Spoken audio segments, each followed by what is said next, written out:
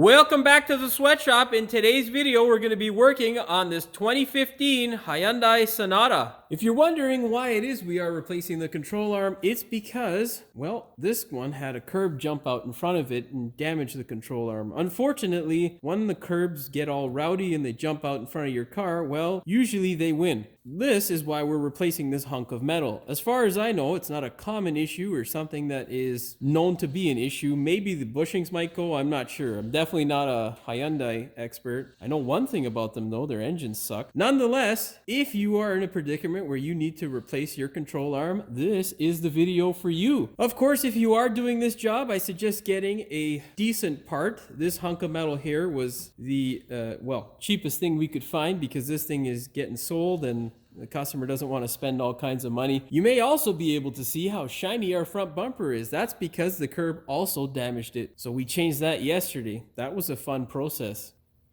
That was sarcasm. Of course, before we get started with today's video, do me a big favor and hit that subscribe button and the notification bell so you never miss one of my new videos. Okay, let's put this thing up in the air and get started. If you're doing this in the driveway, don't forget the use of jack stands if you're using a jack, unless you're really rich and have a hoist in your driveway. At which point, why the hell would you be driving a Hyundai Sonata? Yeah, so use jack stands, that's the point. Okay. Now you may be wondering exactly how it is you may be able to tell that you have a damaged control arm. A sure way to tell that you have some damage to your suspension is by looking at the distance of the tire in the fender well. Basically, you can see there that little gap in this area. There is a gap. It's pretty evident that the gap is about approximately 1.5 inches to 2 inches. There's also a gap in the front here. It's roughly the same, slightly set back. That doesn't indicate any issues. However, this side, on the other hand, well, my finger's probably about, I don't know, 1/2 inch to 5/8 thick. Yeah, I can't really fit it in there. That's how you know you have an issue. What you're gonna do now is put the thing up in the air, take a look and see what might be an issue. Most times when it's bent like this, it's going to be your control arm, especially because this thing looks like it was just hit dead on and push the hell out of the control arm back towards the inside of the car. The moral of the story is don't fight with a curb because they'll always win. Anti-seize would help with this thing coming unseated from the rim without really any pressure.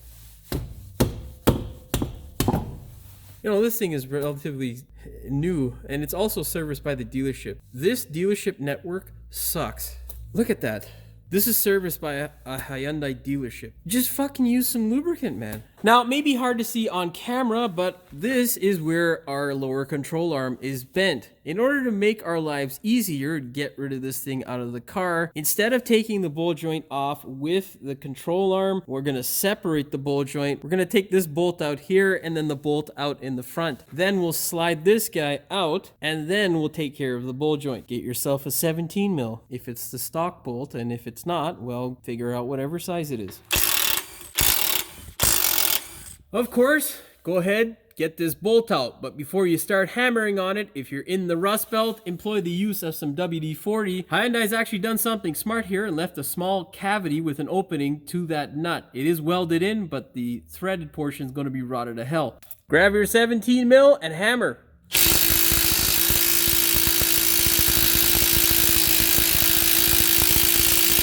Oh, mother sucker. Oh, wonderful. Go ahead and try to confuse it. Tighten it up. Let's try that again.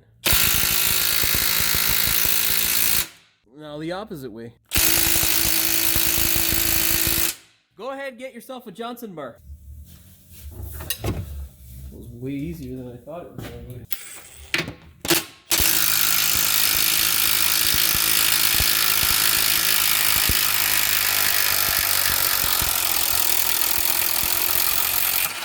Change this guy out for a flex socket. Flex sockets are dangerous like that. Make sure your hand's not there because it will destroy it. Why does this want to keep coming off?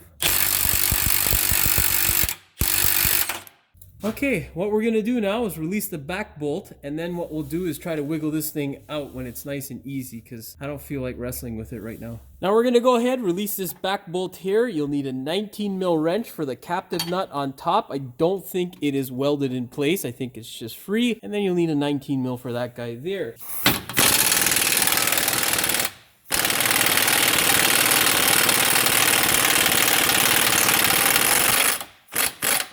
Better.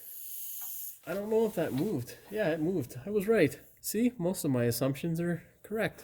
Unfortunately, we have quite a bit of stress because our control arm is, well, it's lodged in there pretty good. So what we're gonna do is we're gonna put it on our bolt and then use our gun to wind it out.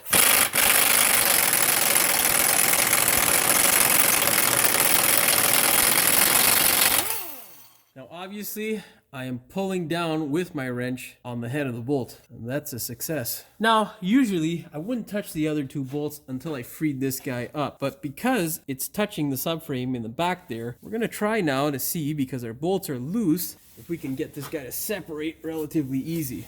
I'm not the Hulk, so I'm gonna get a hammer for that shit.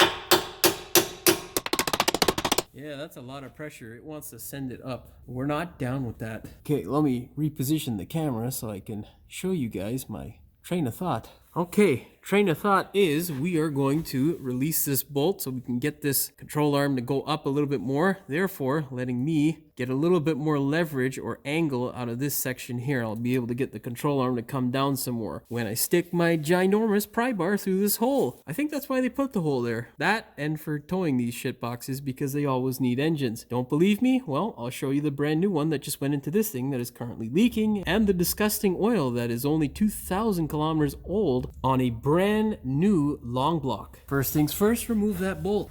Same method as the 19 mil. Wow. Yeah, it's a lot tougher than I expected. As you can see, we have quite a bit of strain because, well, the bushing is out of place. Wonderful. Now get the biggest pry bar that you have. Insert the pry bar. Now, keep in mind, if you are going to do it like this, it's not hooked, so it can slip out, and that's never fun. Just pry down. Oh, damn you, ball joint. Cooperate. Get a small pry bar to separate that. Just doesn't want to leave the car, I guess. There we go. Now just rotate that guy out of the way so it doesn't line up with one of the holes. And we are good to go. Now, our next step is going to be to just move our spindle slightly outward away from the car so we get a little bit more wiggle room with our control arm. But you want to be careful because your CV shaft is still connected. The reason being is because if you yank on it, you can pull the inner joint apart, which would be a real pain in the ass to get back together. Get yourself a nice 2-foot pry bar. As you hold the CV shaft and spindle assembly away, you can slowly work your control arm out.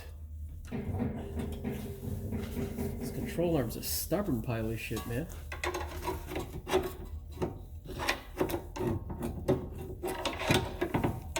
Whatever you do, what I'm doing here is I'm keeping my hand nice and free from the control arm and ball joint because you don't want them to, well, act as a vice grip and clamp your goddamn fingers in between them, because that would really, really suck. Just keep prying. You're gonna get the front section out first.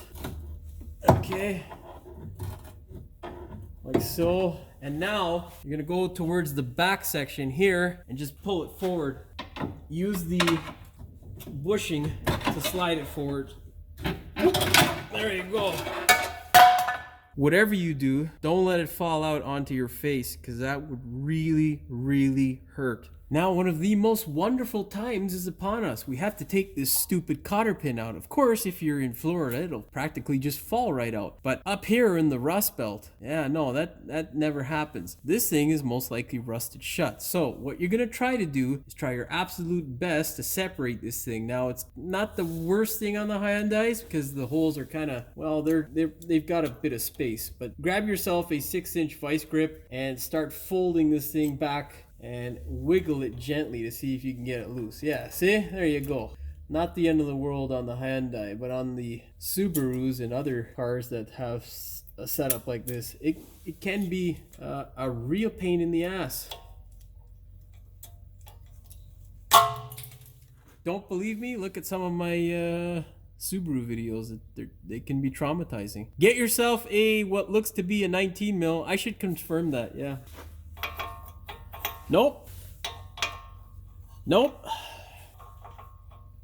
The fuck is this shit, bro? There ain't no fucking... Oh, that's why. I thought it was a 19, it's 21. Good job, Jimmy. I was correct. It is a 19 mil. Grab yourself a 19 mil socket and a 17 mil wrench. You probably won't need the wrench because most times this bolt is seized in the bore, but well, if it wants to come out nicely, at least you don't have to go fishing around for a 17. Let's see what happens. Well, I was right about the 17. Now, it is very important that you always get the nut off first. The reason being is because if you do it the opposite way around, you're going to break the head off the bolt. So what you want to do now is just grab a 17 mil impact socket, see if you can hit this, get it to move.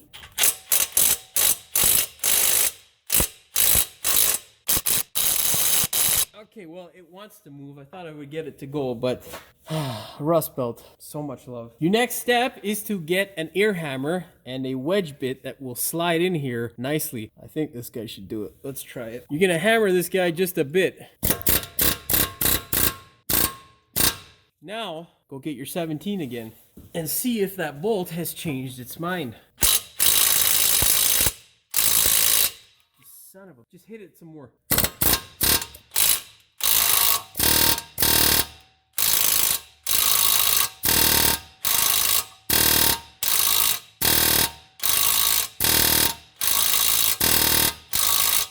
Okay, you know what? This guy's being a real jerk. We're gonna upgrade to our pneumatic gun because that makes a lot more juice or firepower. Now, if this fails, we'll go get our heat and burn the ever-living shit out of this thing.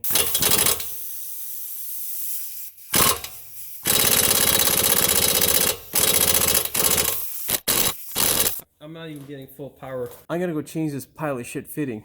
I'll be back. I can't take that shit. I hate a leaking fucking hose. It drives me nuts. And 10 minutes later, we have the solution.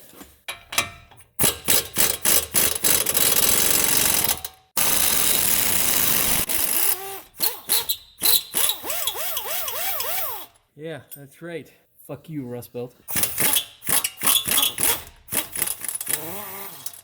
Now, important, you gotta inspect your bolt, make sure that this guy is all pretty and it's not pitted excessively. This one here is still decent. Yeah, it's gonna look ugly, but it'll do the job. Now, we also need to ream this hole out just a bit to ensure that we don't have this sort of problem again. It's just a bunch of rust that we're gonna take away. Do not enlarge the hole. You're just looking to remove the rust. Okay, but before we do that, let's pull this pile of crap bolt joint out of there. Get that air hammer.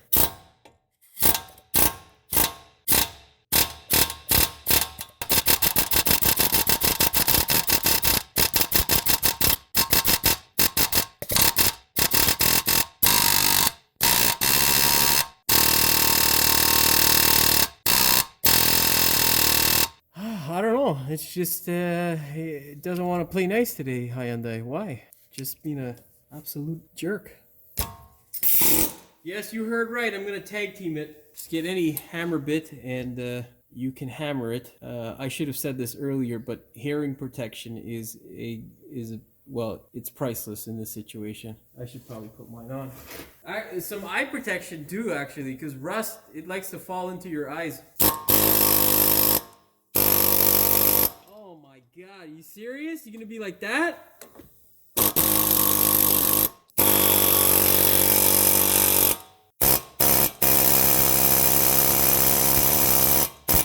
God damn. Now, in case you're wondering why I hit it from the side, because, well, you see that rust? Sometimes that's what holds this crap. So if you knock it, it may just may be nice and come out. But obviously we had to go from the top and just smash the shit out of this thing. Now you can hold on to this and torch it and make yourself feel better about the grief you just went through. But whatever, we're gonna just toss it. Go ahead, remove your air hammer. Get yourself one of these guys, and then you're gonna get yourself a right angle drill because the stupid caliper's in the way. And then you're gonna ream this hole out. I'm not gonna do this off camera because this is frustrating.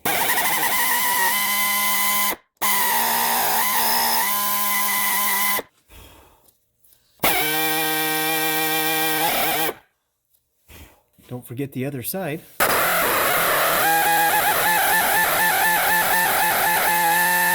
right, Now go ahead, clean up that bolt, get it prepared to go back into the hole. Of course, your next step is to go ahead and compare your control arms. Make sure you have the right product. Of course, it may be hard if yours is bent like ours to see whether you have the exact control arm.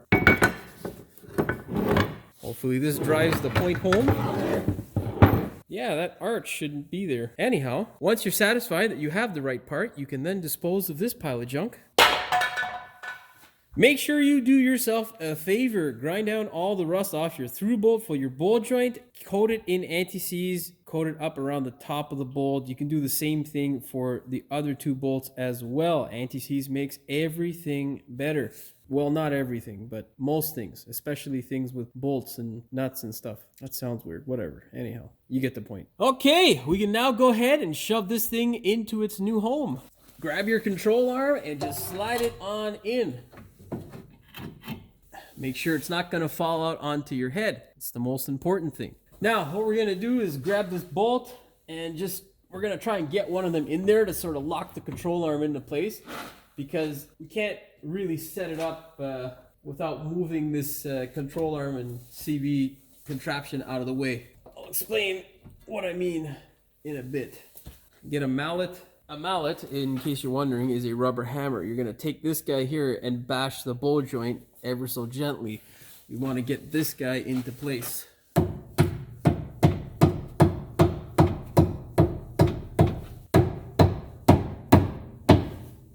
you can see, it's for some reason going up this way, which is annoying, but not something we can't deal with. Grab yourself a pry bar. Put that fucking tie rod over there. Stupid Hyundai.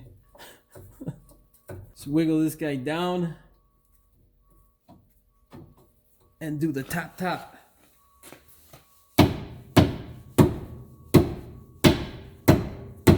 Oh man, we are not making any progress right now. And someone's backing up a truck out there, which is going to be wonderful when I'm editing. Yeah, I don't know what the deal is, but it's not happening for me right now. Maybe I should have put a little bit of lubricant on the seal, or on the, what do you call it there? The rubber thing.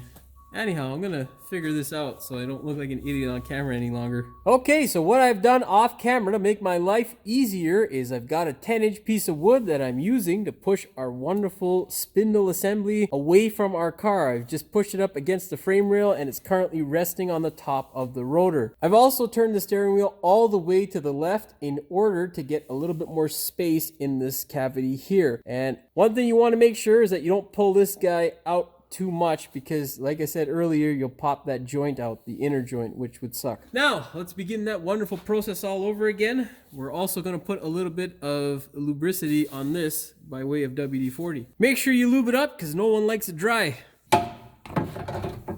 Then shove the whole assembly into the hole. You mother, come on, you son of a...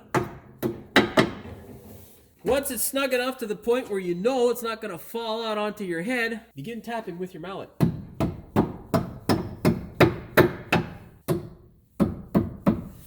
We are almost there. I can feel it. I can feel it. Oh shit. See what I'm saying there? My head was underneath there. You would have heard tears right about now. Force this just a little bit more forward so we can hammer a bit. Now what the issue is with this control arm is that Hyundai, it's exactly the same in this portion on the other control arm as well. But for whatever reason, this is really close to the subframe. So yeah, just kind of a smart design there. In case you're wondering, that is definitely 100,000% sarcasm. Get the appropriate bolt. See if we can fit it in here without having to do too much craziness. Yeah, usually you give yourself a little bit more room when you're designing stuff, but hey.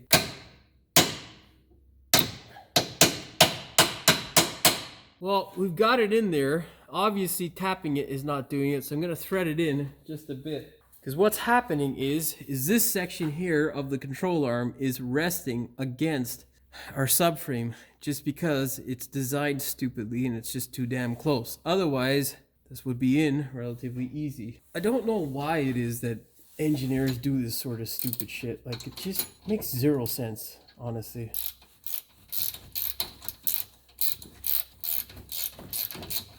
Just thread it in a bit, tap it again with the hammer to see if you can get it in the rest of the way. There we go. Now we know that stupid thing is in there 100%. We have to now have fun with our back bolt. It should be interesting. Okay, so what I have done is I've employed the use of my stand. That's this gold thing right here. We've pushed the control arm up as far as it will go without putting any strain on it. Reason being is because the straighter you get it, the easier it's going to be to work that bushing in the back. Now, this is, I don't know, it's a really stupid design because not only are we being stopped from getting in this first section here with this portion of the subframe being a problem, but this guy here is butting up against our control arm. So yay Hyundai, great design. You guys are designing your suspension like your engines, just crap. Anyhow, what we need to do now is get ourselves the bolt. We're gonna try our best to twist that bushing into place. It can be a real pain, especially because it is brand new. Get a tapered punch or a pry bar that has a tapered end and use that to move your wonderful bushing into place.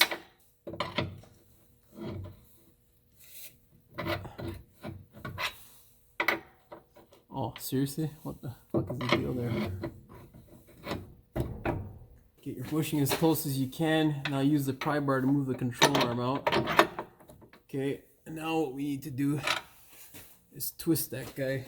What we're going to do now is basically take my stand, push up on the control arm in order to put a little bit of pressure in this section here on the bushing. It's going to do two things. It's going to help it level out. And then when I smash this area here with a mallet, I may be able to get it to slide and kind of catch without this stupid thing wanting to just continuously twist. Okay, hopefully that made sense. It makes sense in my head, but you know.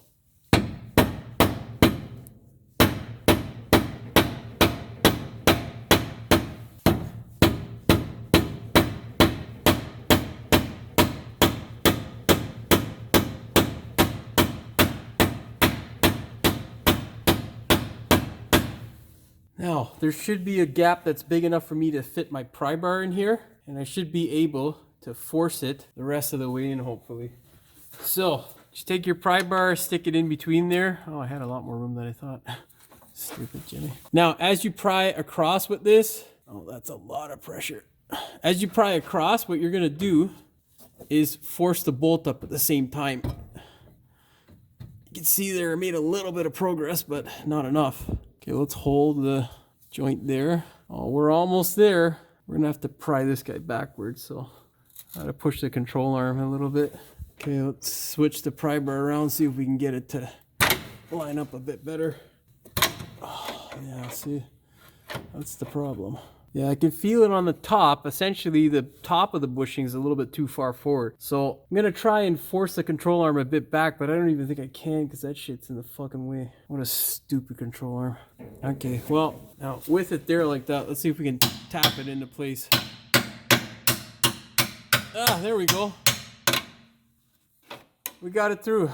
So there you can see, it's not impossible. Just a pain in the ass, and you got to kind of come up with a solution on your own there with the tools that you have, because I don't know how many of you are going to have this stand at home and, well, a wide variety of pry bars. It's kind of stupid just because it's really tucked in right close here, so it's not much maneuverability. I'll show you what I'm talking about. Right in this section here, even with the control arm in place properly, this stupid thing is hitting the subframe, which, what a shitty design. The other problem is you can't get the stupid control arm up any higher because, well, you can't even see it here, but it is touching. There's no slack between these two here. They're currently intermingled, which I don't know why it's designed like this. It's just stupid in my opinion. Anyhow, now we're almost there. I can't get the control arm up any higher, but what we need to do at the very least is torque this bolt with the control arm in the most upright position, meaning that this portion here is as close to its natural state as it would be when the suspension is loaded up. The reason why that is important is because if you don't torque it, this front bolt at the very least, in its most natural position, the bushing is going to wear out. Now, just to show you how crappy Hyundai is, they don't even tell you to do this. They don't care, to be honest. They just say, put the control arm in and torque it really at any position that the bolt is in. which, yeah, that's just stupid practice. Anyhow, go ahead, thread this bolt in, and then we'll torque it. Once you get this guy to thread in, go ahead and run it up with your swivel socket and gun.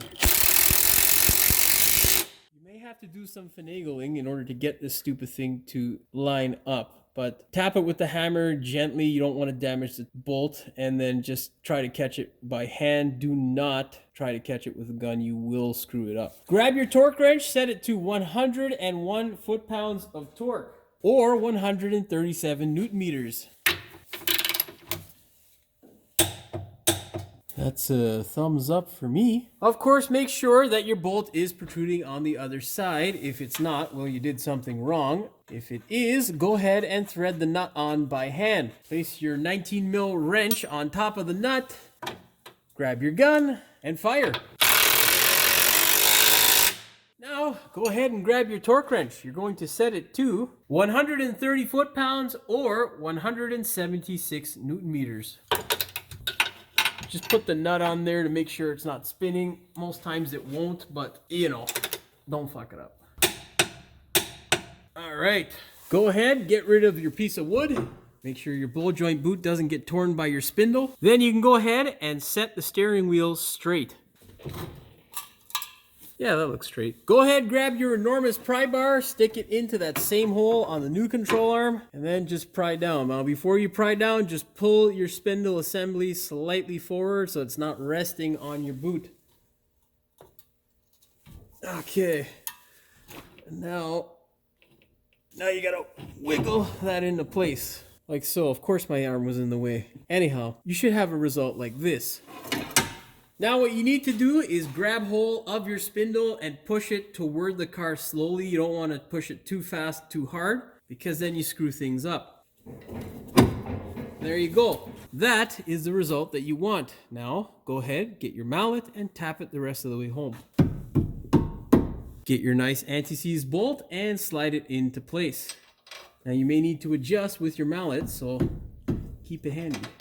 There you go. Got a bunch of dirt and scudge all over the bolt now. I'm going to wipe that off and then we'll torque this thing. Now, very important, before you go ahead and fire this nut on, what you want to do is make sure you line up the hole here for your cotter pin. If it's a stock bolt, it'll have 4 holes drilled into it. Well, basically 2 slots where you can put the pin. So what I like to do is kind of line it up at 90 degrees just because you know you have enough room and nothing's going to get in the way. Get yourself a 19 mil flex socket and a wonderful 17 mil wrench. Go ahead, thread your nut on by hand and then line it up and fire it. Wonderful. It's kind of 90 degrees, more like 87 or something, but whatever, that works. Go ahead, grab your 19 mil socket and your torque wrench, set it to 86 foot-pounds or 118 newton meters. You can keep your wrench around, doesn't really matter. I don't think the through bolt's going to move, but if it does, obviously, use the wrench to keep it captive. There we go. We are good to go. Now, get yourself a nice new cotter pin and shove it through the hole. Cotter pin, insertion. And now do the bending so that it does not come out.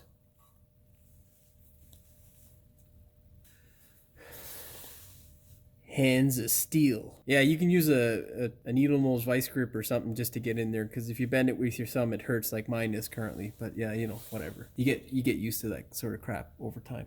Anyhow, we are basically done with our control arm. If you are wondering and you took these bolts apart and you are reusing your ball joint for some odd reason, they are the same torque as this guy here. Now, with regards to the torque for all of the bolts, there is a range, and in this video, I have selected the higher range. Now, Hyundai is one of those weird companies that has different specs for certain things and whatnot and certain models. Kind of irritating, but make sure you look up the correct specs for your vehicle. Okay, that being said, let's shove that wheel on the car. Here's some bonus blah blah blah in regards to the Hyundai quality. A lot of people jumped on me about the quality of Hyundai engines. This is now the 8th or 9th customer who has had to have his 4-cylinder replaced. I don't have very many Hyundais. I think there's only 1 or 2 more that, yeah, there's a Santa Fe. Yeah, so there's 2 more Hyundais basically in my fleet that I actually maintain that haven't had their engines replaced, and they're still relatively low mileage. So yeah, This is a long block. This thing actually had higher mileage. I think it had about 215,000 at the time that it blew up. It came in for the knock sensor code, and then yeah, would not make any noise. So I thought maybe it'd be the knock sensor. Of course, you got to do the responsible thing. Clear the code, rev it to see whether it's going to shit itself. And this thing past 1900 RPM, well, previous engine was going to crap itself. So of course, Hyundai warrantied it. It had engine oil in the stupid thing, and you know, it just shows you the quality sucks, but I'll show you how good the quality really is. This thing's got less than 2,000 kilometers on it. It is a complete replacement of the long block. It has not had an oil change. It's only had oil put in it from the dealer. You can see here, there's a little bit of wetness. It's a leaking the oil. This thing's brand new from the dealership. So yeah, I wanted to make a video when this thing was blown up to kind of drive home the point. Unfortunately, time constraints and just life got in the way. But I mean, really, if you like the Hyundais, that's fine. But you know, unfortunately, the 4-cylinder ones aren't that great. I don't know about their brand new engines, but I've seen a few videos from other mechanics and YouTubers out there who have, they've also voiced some concerns as to some of their design choices. Just to show you that I'm not screwing with you here, you can touch it over here and, well, easy dry. So yeah, Hyundai, baby. Wrecking one man's life at a time. By the way, in case you don't think it'll ruin your life, this engine and its replacement is almost $8,000 up here in the Great Canada. So yeah, you know, some of the variations, the turbocharged ones are way up there. I think they're up at I think it's closer to $10,000, but I'm not 100% sure on that. So yeah, you know, anyhow, regardless, it's going to hurt if you have to replace your engine. So yeah, maybe I should have just made this a separate video. I don't know. Anyhow, Hyundai, start building better products, and maybe I'll start recommending them someday again, 5-6 years from now, when they don't blow up on the side of the road and leave the customer stranded. Keep in mind, brand new long block, completely brand new internally in terms of oil and where the oil is going to be touching. Check this out. That there is a brand new long block. Okay, now it actually looks a bit nicer on camera, but in actuality, that shit is really dark for 2,000 kilometers. And I'll tell you, this isn't the first one that looks like this. By the time these things have about 4 or 5 oil changes in to the life of the vehicle, you're doing them at like 5,000 kilometers to make sure that they don't get too goddamn black so that this stupid thing doesn't blow up again. So yeah, don't hate me. And if you're going to leave any stupid comments regarding Hyundai and in support of these 4-cylinder engines, just don't. I don't care. I know they're crap. They will always be crap until Hyundai actually fixes the problem with them. I don't know if they have in their newer years, but these years, it's a good 10 years of these engines just being crap. 2-liter, 2.4 turbos, all of them. They're all just crap. Okay, yeah. Before putting your wheel back on the car, don't be like certain dealerships around the GTA. Put some anti-seize on the hub or white lithium grease so that when the customer has to change his tires if he chooses to, or has to change it because he needs a spare, he doesn't have to beat it like it owes him money. Now go ahead, grab your wheel and put it on the car. It's heavy. Oh, fuck. Always thread your nuts up by hand.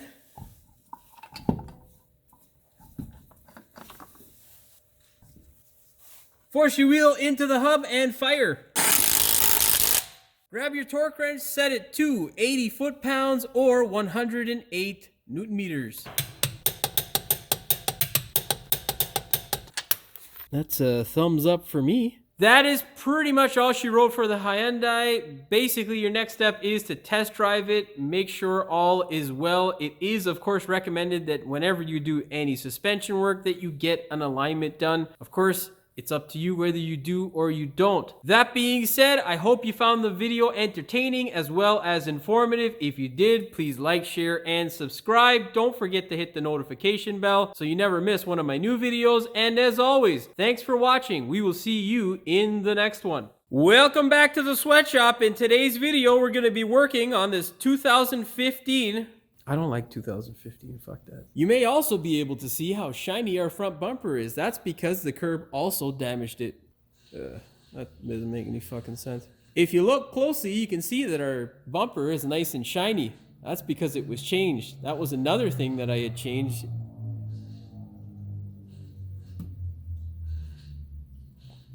fucking shit boxes, you know? How small does your dick have to be to have such a big muffler? It's like, fuck, man. You should say how small your pee-pee has to be, because it's not good to say those things on the tube. Fuck. You know, if it's not some shitbox car, it's always my neighbor's fucking compressor.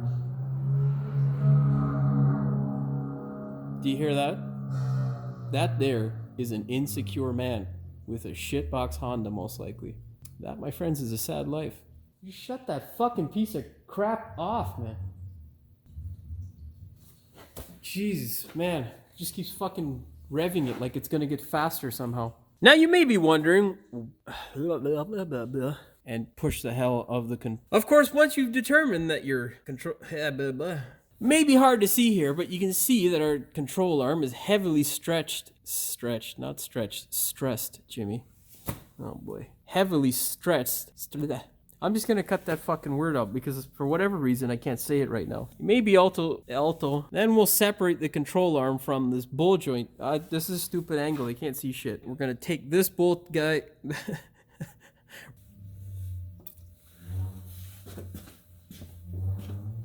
Oh my god, this fucking ass clown's back with his shit box.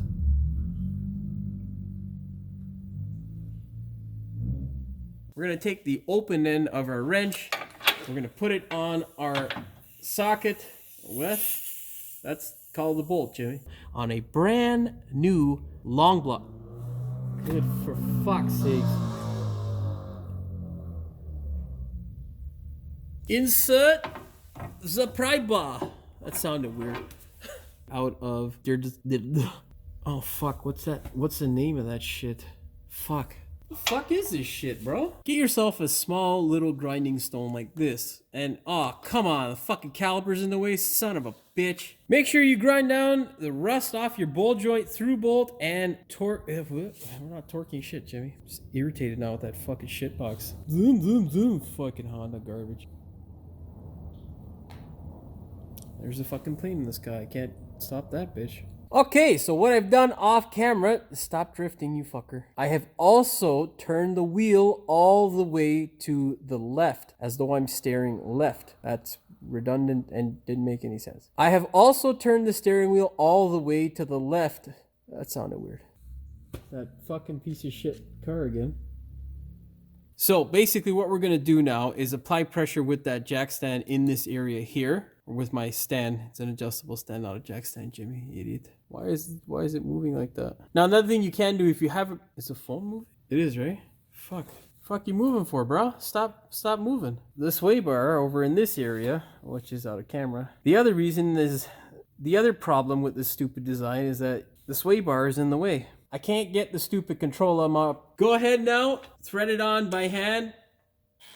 I can't fucking say turn it on by hand then use my power tools, Jimmy. That's a bad idea. All that's left for us to do is to go ahead and put our wheel back on. Of course, we have some cleaning to do because the previous Hyundai technicians didn't have their head screwed on straight. Nah, that just sounds stupid. The turbo's charged. Start building better ship. Did I just say ship? Fucking idiot. Yeah, Hyundai, start... Before you go ahead and put your wheel and tire back on... Wheel and tire... Stupid. You can just use one of those words instead of taking up space, Jimmy.